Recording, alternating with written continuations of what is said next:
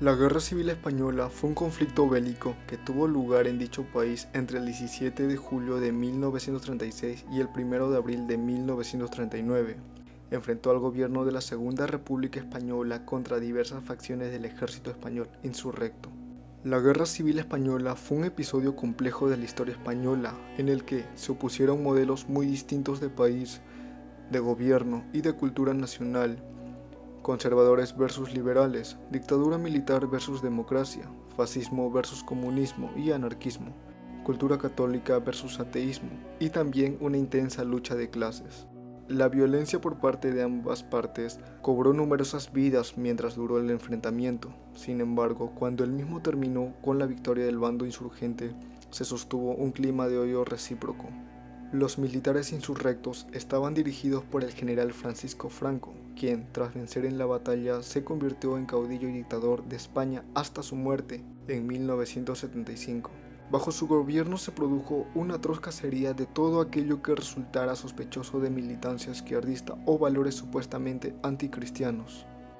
Ocurrida como preludio a la Segunda Guerra Mundial, la Guerra Civil Española representó uno de los eventos bélicos más trágicos de la historia europea de la primera mitad del siglo XX. En ella se perdieron alrededor de 500.000 vidas y se sometió al país a un régimen feroz y conservador que duró 36 años. A principios del siglo XX, España emergía de una desastrosa dictadura monárquica que culminó con la dimisión de Alfonso VIII.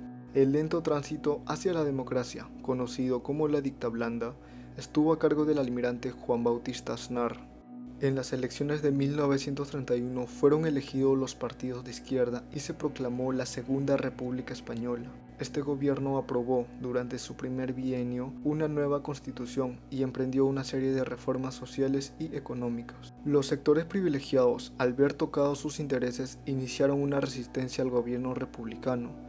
Organizaron, aunque sin éxito, un golpe de Estado en 1932. Por paradójico que parezca, del segmento más radical de la izquierda política también hubo levantamientos contra la República. Esto se debe a que la consideraban una prolongación del orden burgués y contraria, por lo tanto, a sus deseos de revolución social y política. Esta inestabilidad condujo a nuevas elecciones en 1933, las primeras en que votaron mujeres en España y en las que fue electa una coalición derechista republicana sin intenciones monárquicas.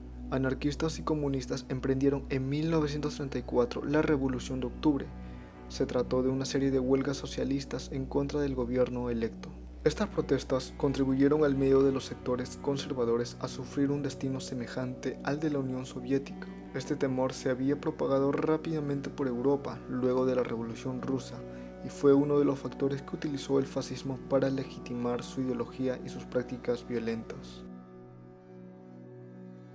Las causas del conflicto pueden resumirse en el tenso clima de polarización política y debilitamiento de la democracia por la violencia política proveniente de sectores conservadores y ultrarrevolucionarios. Añadir la victoria del Frente Popular en las elecciones de 1936, inaugurando un gobierno que alejó del poder a militares antirrepublicanos y que pretendió retomar el camino de las reformas que ya había iniciado. Por último, la conspiración militar y golpe de Estado de julio de 1936, en que 70% de las Fuerzas Armadas se alzaron contra el gobierno republicano. Se enfrentaron dos facciones irreconciliablemente opuestas. Por un lado, el bando republicano, compuesto por los sectores fieles al gobierno constitucional, encabezados por el Frente Popular, una coalición de partidos republicanos sumados al Partido Socialista Obrero Español y a sectores anarquistas, sindicalistas y un pequeño movimiento comunista. El campesinado, el proletariado y los movimientos autonómicos vascos y catalanes también estuvieron de este lado. Y por el otro, el bando sublevado autodenominado Bando Nacional, que se organizaba en torno al alto mando militar, que componía la Junta de Defensa Nacional y estaba presidida por el generalísimo Francisco Franco, nombrado jefe de Estado de la España insurrecta. Esta facción se componía de los movimientos políticos conservadores como la Falange Española, la Confederación Española de Derechas Autónomas, entre otros, y contaron con el apoyo de la Iglesia Católica y de las élites empresariales. Cuando el conflicto se desató abiertamente en España, las potencias europeas e internacionales se vieron obligadas a asumir una postura ideológica. Las democracias occidentales más poderosas, Francia e Inglaterra, asumieron una cautelosa neutralidad. Por el contrario, las fuerzas ya gobernantes del fascismo italiano y alemán de Benito Mussolini y Adolf Hitler apoyaron abiertamente a Franco. La alianza fascista no fue solo un gesto político. Además, suministraron tropas que tuvieron enorme incidencia en la guerra, como el trágico bombardeo del pueblo de Guernica por las aviaciones alemana e italiana. Portugal, bajo el mando de Antonio de Oliveira Salazar, también apoyó a los insurrectos. Del otro lado, la Unión Soviética y México apoyaron política, diplomática y militarmente a las fuerzas republicanas. También lo secundó una coalición internacional de partidos comunistas europeos, enlistados bajo el nombre de las Brigadas Internacionales. Otros países como Argentina y Francia colaboraron con la evacuación de tropas aisladas y la adopción de exiliados, a medida que el conflicto favorecía al bando franquista. Luego de derribar el gobierno republicano y en pleno periodo de hostilidades, el bando sublevado decidió organizar sus fuerzas en una junta de defensa nacional. El objetivo era hacer ilegales el partido y los sindicatos del Frente Popular. Además, prohibió cualquier forma de manifestación política obrera o sindicalista. A finales de 1936, luego de la victoria de Francisco Franco al conquistar Toledo, la Junta encontró la oportunidad de alcanzar su tan ansiado mando único militar. Por eso nombró a Francisco Franco generalísimo del ejército sublevado y jefe del gobierno del Estado.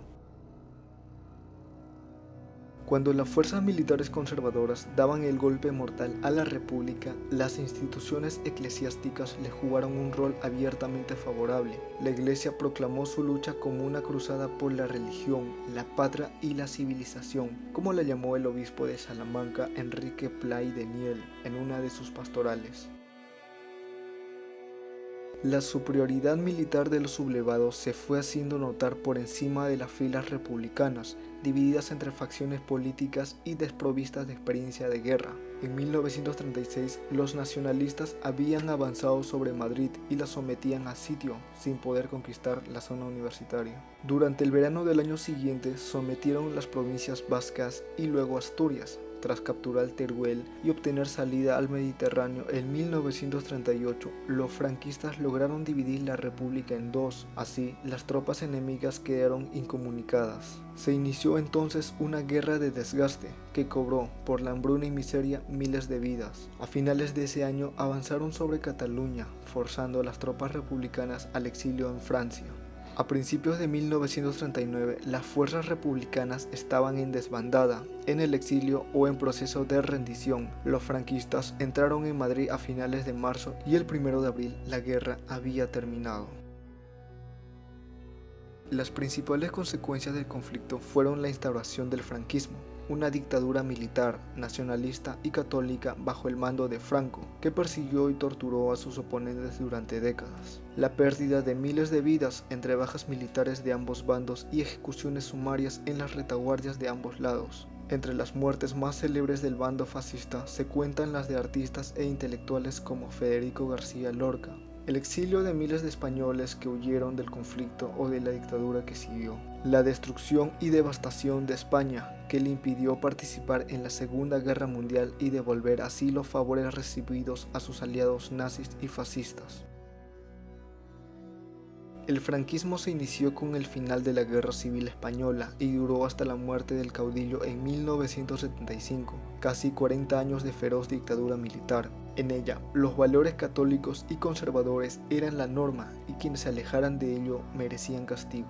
El castellano se impuso como lengua obligatoria a las comunidades vascas, gallegas y catalanas, prohibiendo el uso de sus lenguas tradicionales y eliminando cualquier atisbo de autonomía. España volvía a ser una sola bajo la bota de Franco.